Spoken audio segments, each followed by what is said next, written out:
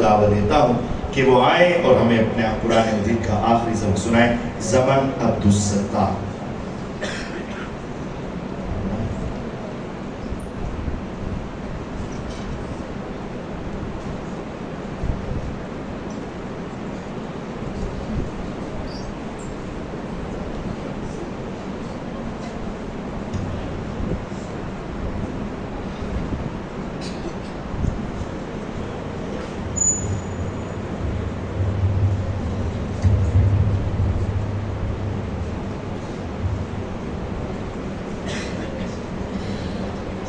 अस्सलामु अलैकुम रहमतुल्लाहि व बरकातुहू।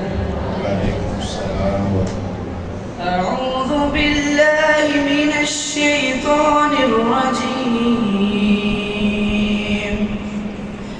बिस्मिल्लाहिर रहमानिर रहीम। इन्ना लिल मुत्तक़ीना मफ़ाज़ा हदाइक़ व अअनाबा वकवाइब अत्राबा वकअसन दिहाक़ा ला यस्मऊन फ़ीहा लग़वन वला किज़्ज़ाबा जज़ाअन मिन रब्बिका अताअन हिसाबा रब्बिस समावाति वल अर्ज़ि वमा बैनहुमा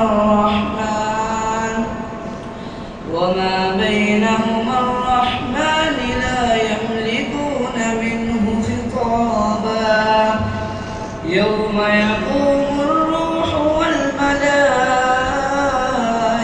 صفا لا يتكلمون إلا من أذن له الرحمن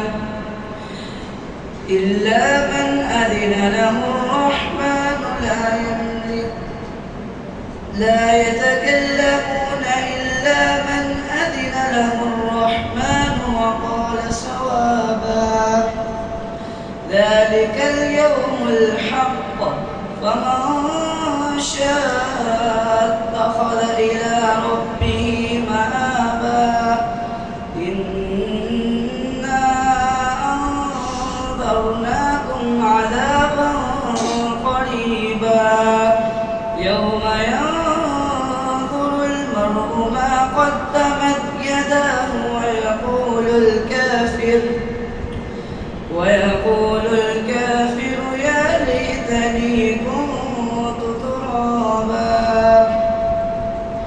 بسم الله الرحمن الرحيم قل أعوذ برب الناس ملك الناس إله الناس من شر الوسواس الخناس الذي يوسوس في صدور الناس من الجنة والناس صدق الله العظيم माशाअल्लाह ला कुव्वत इल्ला बिल्लाह।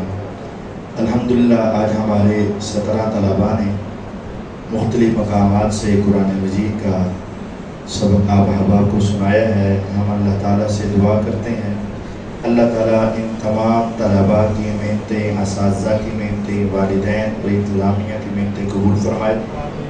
दोस्त अहबाब ज़रा ये बात याद रखें तलबा से कि आपने ये मुँह मीठा ज़रूर करना है।